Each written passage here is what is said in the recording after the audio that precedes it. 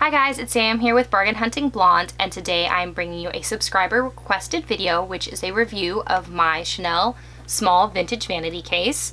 So let's jump into the specifics about this bag, then I'll go over what fits in my bag, and lastly I'll talk about if I would purchase again, where I would try to find it from, and about how much I would pay.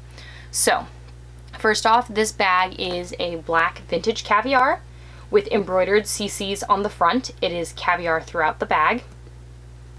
So you'll see on the side it does have gold hardware. You can see on the top handle as well. And it does have these very cute zipper pulls, which are like a cute CC. You guys can see right there. There is no back pocket on this bag. It is just black caviar on the back, and there are no feet. I think and you'll see this more when I get to the inside of the bag, we use this as a bag, but it was actually really meant to be put in something else and to have your cosmetics or your toiletries in it. Measurement wise, and I have it written down, this bag is 7 centimeters in height, 7 inches in height, 9 inches in length, and the depth is 4 inches of this bag. This handle drop is 1.5 inches, and you'll see that inside there's a strap that attaches to the top of the bag, the hardware right there, and that strap drop is 21 inches. So it works great for me crossbody, or I also wear it as a shoulder bag. Diving into the inside of this bag, I do always stuff my bags. Stuffing's got to come out. You will see that the inside of this bag is a sort of velvety material, which is very pretty. You can kind of see a little bit of wear to it just because it is a velvety material. So why I said that this really was meant to be a toiletry sort of bag is you can see right here, there is a strap, and on the other side it is unsnapped at the moment. So it is right here. You can see that it was meant to snap in whatever you were carrying with you at the time. Then on the other side, you do have the Chanel Made in Italy, again, velvet. And you do have this, again, really cute Chanel CC charm on the zipper pull. And apparently I have things in here.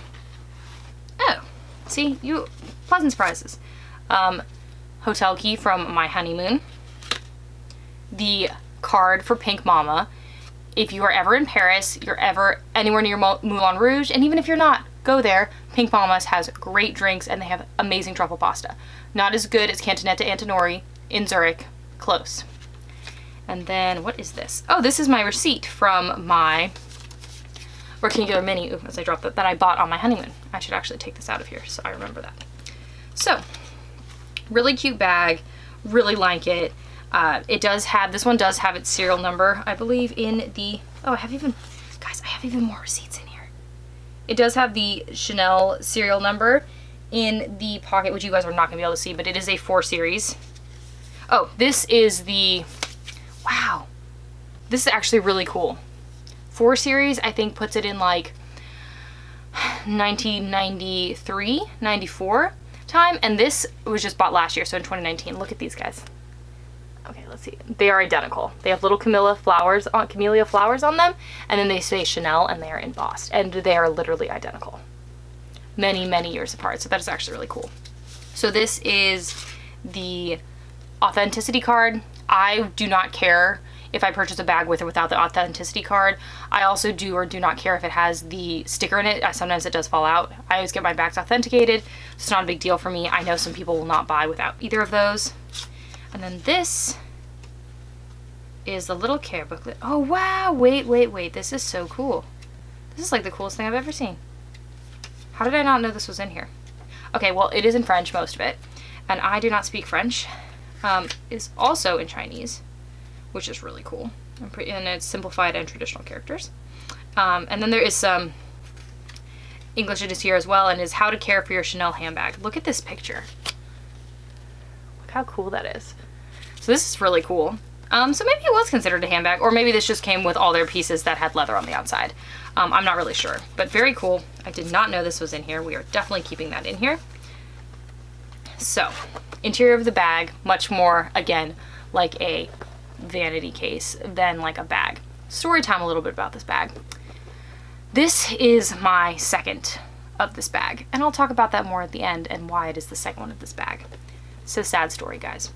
Lastly, the strap. So this strap did come with this bag. I have seen this bag go for cheaper when it is online pre-loved because it does not have the strap. You could replace this honestly with any leather strap. You could even find a cool chain strap on Amazon because this is not a chain strap. This is just a leather strap. It is not adjustable, and there is the little gold clasp for the top of the bag. So nothing special here. It doesn't really scream Chanel. Just comes with the bag. So what fits in this bag? I don't know, I just put this back in there because I want to show you what fits. Spoiler alert, as you can tell, a lot fits in this bag. So we are going to use my 2 cell phones, 11 Pro, and my 8, I think it's 8S, 8 something, not really sure, but yes. And sorry, I'm getting calendar updates on my phone, so that's why I was looking at it. Both very easily fit in here. And you can stand them up like this if you'd like, and that's normally what I do. They're both in there.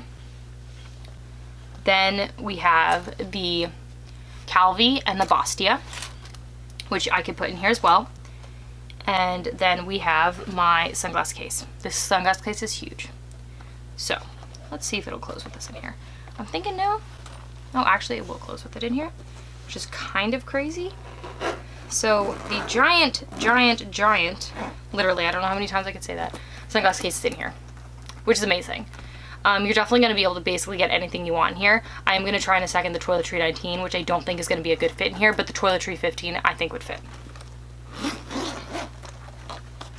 Because the Toiletry 19, I'm going to have to take all this out, and you'll see it's basically going to take up the entire interior of this bag. Again, I do somewhat stuff my Toiletry 19 from Louis Vuitton, and it is just a little too big for this bag, as you can see. I could probably like try to squish it in there. It's not worth it to me. Also, I really only carry this in totes or when I'm traveling, so it's not a big deal for me that it does not fit in my handbag. So you can see this bag fits a lot.